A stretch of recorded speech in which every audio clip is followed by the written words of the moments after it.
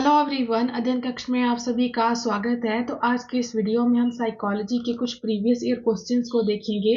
तो चलिए आज की वीडियो को शुरू करते हैं।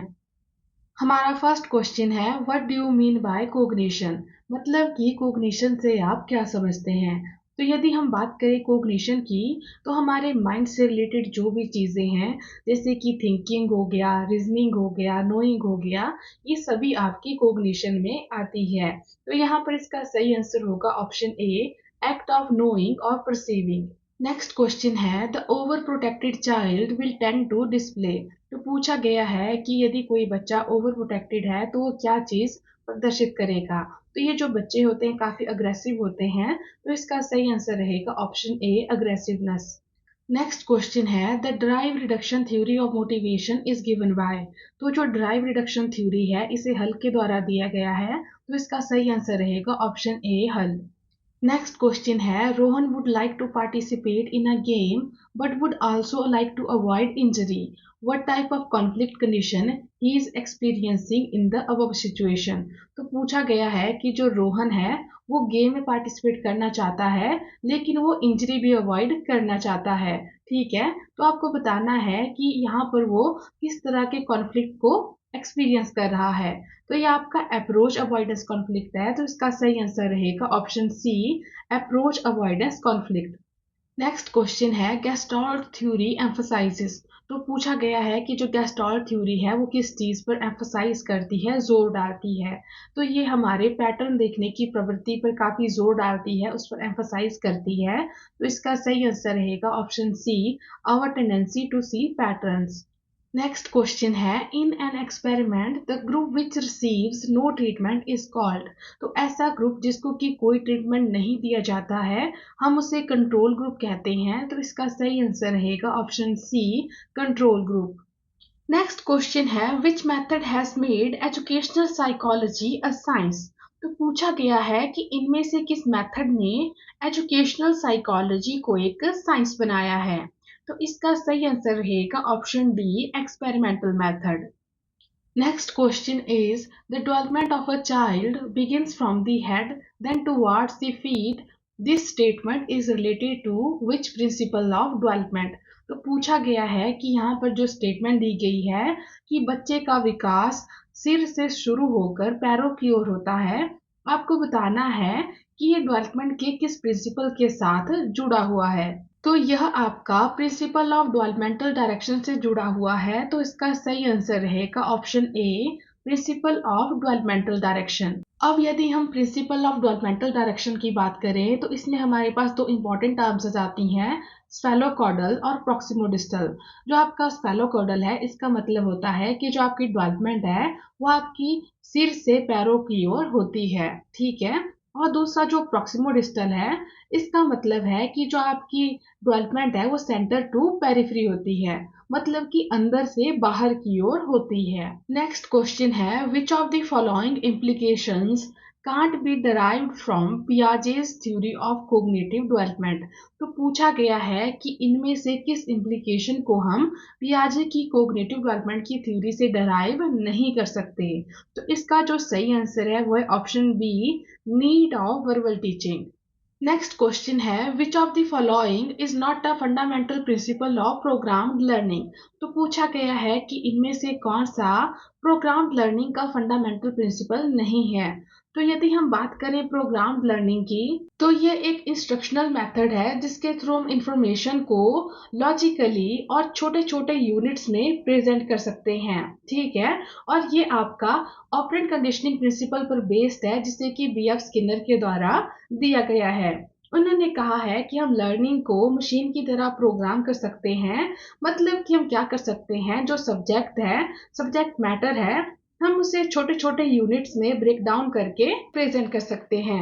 अब यदि हम बात करें प्रिंसिपल्स ऑफ प्रोग्राम लर्निंग की, तो self pacing, small steps, immediate feedback, active responding, repetition and rehearsal, ये इसके कुछ प्रिंसिपल्स हैं। तो यहाँ पर इनमें से जो आपका प्रोग्राम लर्निंग का फंडामेंटल प्रिंसिपल नहीं है वो है आपका ऑप्शन डी, पैसिव रिस्पॉन्डिंग। तो इसका सही आंसर रहेगा ऑप्शन डी। नेक्स्ट क्वेश्चन है, according to Piaget's theory of cognitive development the period from 7 to 11 year of age is known as. तो पूछा गया है कि पियाजे की कोग्निटिव डेवलपमेंट की थ्योरी के अनुसार जो आपका 7 से 12 साल तक का समय है उसे हम किस नाम से जानते हैं। तो ये आपका कॉन्क्रीट ऑपरेशनल स्टेज है, तो इसका सही आंसर रहेगा option B, concrete operational stage. Next question है, which theory of learning emphasizes on making the student active for the discovery of knowledge in place of becoming a passive listener only। तो पूछा गया है कि वो कौन सी learning की theory है जो इस बात पर जोर डालती है कि स्टूडेंट को पैसिव लिसनर की जगह नॉलेज की डिस्कवरी के लिए एक्टिव बनाना चाहिए। तो जो आपकी कंस्ट्रक्टिविस्ट थ्योरी है ये आपकी इस बात पर जोर डालती है कि जो स्टूडेंट है वो पैसिव लिसनर की जगह क्या है, एक्टिव होने चाहिए। ठीक है, तो इसका सही आंसर रहेगा option D, constructivist theory. Next question है, arrange the Kohlberg stages of moral development in correct sequence. तो आपको यहाँ पर स्टेजेस दी गई हैं और आपने इन्हें करेक्ट सीक्वेंस में लगाना है। तो सबसे पहले हमारे पास पनिशमेंट एंड ओबीडियंस ओरिएंटेशन आती है, इसके बाद आपकी इंस्ट्रूमेंटल क्रिएटिविटी, फिर आपकी good boy good girl orientation आती है और उसके बाद आपकी सोशल ऑर्डर मेंटेनिंग ओरिएंटेशन आती है। तो इसका जो सही ऑर्डर होगा वो आपके पास है 2 4 3 1। तो इसका सही आंसर रहेगा ऑप्शन बी, 2 4 3 1। नेक्स्ट क्वेश्चन है, identify the characteristics of an extrovert personality from the list given below. तो आपसे पूछा गया है कि आपको नीचे दी गई लिस्ट में से एक्सट्रोवर्ट पर्सनैलिटी के कैरेक्टरिस्टिक्स को आइडेंटिफाई करना है। तो जो आपके एक्सट्रोवर्ट पर्सनैलिटी वाले लोग होते हैं वो सोशली काफ़ी एक्टिव होते हैं, सेंसिटिव होते हैं, काफ़ी फ्लेक्सिबल होते हैं, फ्रेंडली नेचर के होते हैं और वो इमोशनल प्रॉब्लम से फ्री होते हैं। ठीक है, तो इसका सही आंसर रहेगा option C, 1 4 5 only. Next question है, what is the basis of the grouping of test items in Binet scale. तो पूछा गया है कि जो बीने स्केल है यहाँ पर टेस्ट आइटम को किस बेसिस पर ग्रुप किया जाता है, उसकी ग्रुपिंग की जाती है।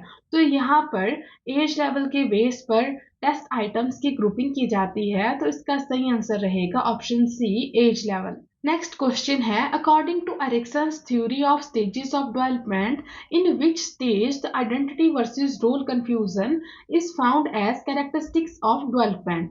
तो एरिक्सन की थ्योरी के अनुसार जो आपका आइडेंटिटी वर्सेस रोल कंफ्यूजन वाला कैरेक्टरिस्टिक है ये आपका अडोलसेंस वाली एज में देखने को मिलता है, तो इसका सही आंसर रहेगा option D, adolescence.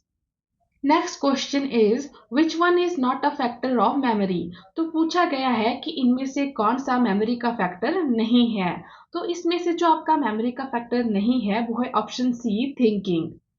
Next question is teaching through deductive method is teaching. तो जो आपका डिडक्टिव मेथड है यहाँ पर जो टीचिंग है वो आपकी जनरल टू स्पेसिफिक चलती है, तो इसका सही आंसर रहेगा option C, general to specific. अब यदि हम इंडक्टिव मेथड की बात करें तो यहाँ पर जो टीचिंग है वो आपकी स्पेसिफिक टू जनरल चलती है, तो इसको भी आपने याद रख लेना है। नेक्स्ट क्वेश्चन है, the stimulus that automatically produces a reflex is known as. तो पूछा गया है कि ऐसा स्टिमुलस जो कि ऑटोमेटिकली किसी रिफ्लेक्स को प्रोड्यूस करता है उस स्टिमुलस को हम क्या कहते हैं। तो ऐसे स्टिमुलस को हम अनकंडीशनड स्टिमुलस कहते हैं, तो इसका सही आंसर रहेगा option A, unconditioned stimulus. Next question है, under the national education policy 2020 which of the following new educational and curriculum restructuring has been done for the children of 3 to 18 years।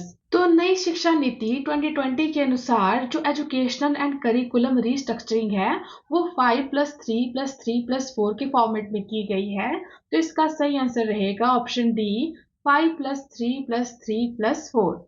इसका मतलब है कि जो स्टूडेंट है वो अपने 5 साल अपनी फाउंडेशन को पक्का करने में स्पेंड करेगा और उसके बाद 3 साल प्रेपरेटरी स्टेज पर और उसके बाद के 3 साल मिडिल स्टेज पर और लास्ट के 4 साल वो अपने सेकेंडरी स्टेज पर स्पेंड करेगा। नेक्स्ट क्वेश्चन है, according to Kohlberg's theory of moral development at what level does the child adopt rules. तो पूछा गया है कि कोहलबर्ग की मॉरल डेवलपमेंट की थ्योरी के अनुसार बच्चा किस लेवल पर रूल्स को अडॉप्ट करता है। तो कोहलबर्ग की थ्योरी के अनुसार जो मॉरल डेवलपमेंट है इसके 3 लेवल रहते हैं और इसका जो कन्वेंशनल लेवल है यहाँ पर बच्चा रूल्स को अडॉप्ट करता है। तो इसका सही आंसर रहेगा option D, conventional level. Next question है which of the following as an effective strategy to reduce children's gender stereotyping and gender role conformity. तो पूछा गया है कि बच्चों की जेंडर स्टीरियोटाइपिंग और जेंडर रोल कन्फॉर्मिटी को रिड्यूस करने के लिए इनमें से कौन सी सबसे इफेक्टिव स्ट्रेटजी है। तो जो सबसे इफेक्टिव है वो है आपका option A, discussion about gender bias, कि जो आपका लैंगिक पक्षपात है इसके बारे में चर्चा करनी चाहिए। नेक्स्ट क्वेश्चन है when a test measures an individual ability consistently accurately then the test is known as. तो पूछा गया है कि जब कोई टेस्ट किसी इंडिविजुअल की एबिलिटी को कंसिस्टेंटली एक्यूरेटली मेजर करता है तो उस टेस्ट को हम क्या कहते हैं। तो ऐसा टेस्ट जो कि किसी की एबिलिटी को कंसिस्टेंटली एक्यूरेटली मेजर कर रहा है तो मतलब कि वो टेस्ट कैसा है, वो आपका रिलायबल टेस्ट है। तो इसका सही आंसर रहेगा option B, reliable. Next question है a teacher can encourage creative learner in her classroom by. तो पूछा गया है कि एक टीचर कैसे क्रिएटिव लर्नर को अपने क्लासरूम में एनकरेज कर सकता है। तो इसका सही आंसर रहेगा option C, by encouraging multiple perspective and appreciating original ideas. तो मल्टीपल पर्सपेक्टिव को एनकरेज करके और ओरिजिनल आइडियाज को अप्रिशिएट करके एक टीचर अपने क्लासरूम में क्रिएटिव लर्नर्स को एनकरेज कर सकता है। तो इसका सही आंसर रहेगा ऑप्शन सी। नेक्स्ट क्वेश्चन है which of the following are example of secondary socialising agency. तो जो आपके सेकेंडरी सोशलाइजिंग एजेंसी के एग्जाम्पल हैं वो है आपके स्कूल और मीडिया। तो इसका सही आंसर रहेगा option C, school and media. Next question है the most important contribution of Skinner's operant conditioning in the field of teaching learning process is. तो पूछा गया है कि स्किनर की ऑपरेंट कंडीशनिंग की टीचिंग लर्निंग प्रोसेस की फील्ड में सबसे इंपॉर्टेंट कंट्रीब्यूशन क्या रही है। तो ये रही है आपकी प्रोग्राम्ड इंस्ट्रक्शन। तो इसका सही आंसर रहेगा option B, programmed instructions. Next question है according to John Dewey school is a dash institution and education is a dash process. तो इनके अनुसार जो स्कूल है वो एक सोशल इंस्टीट्यूशन है और एजुकेशन क्या है, एक सोशल प्रोसेस है। तो इसका सही आंसर रहेगा option A, social social. Next question है the essential element of the syllabus for the children out of school should be. तो पूछा गया है कि स्कूल से बाहर रहने वाले बच्चों के लिए सिलेबस का एसेंशियल एलिमेंट क्या होना चाहिए। तो जो स्कूल से बाहर रहने वाले बच्चे हैं इनके लिए जो आवश्यक तत्व है वो है आपका वोकेशनल कॉम्पिटेंसीज। तो इसका सही आंसर रहेगा ऑप्शन डी, वोकेशनल कॉम्पिटेंसीज। अब यदि हम बात करें वोकेशनल कॉम्पिटेंसीज की तो इसमें वो स्किल्स आ जाती हैं जिसकी कि एक इंडिविजुअल को जरूरत होती है किसी पर्टिकुलर जॉब को करने के लिए। नेक्स्ट क्वेश्चन है which of the following approach supports cooperative learning. तो इसमें से जो अप्रोच कोऑपरेटिव लर्निंग को सपोर्ट करती है वो है आपकी कंस्ट्रक्टिव अप्रोच। तो इसका सही आंसर रहेगा ऑप्शन डी, कंस्ट्रक्टिव अप्रोच।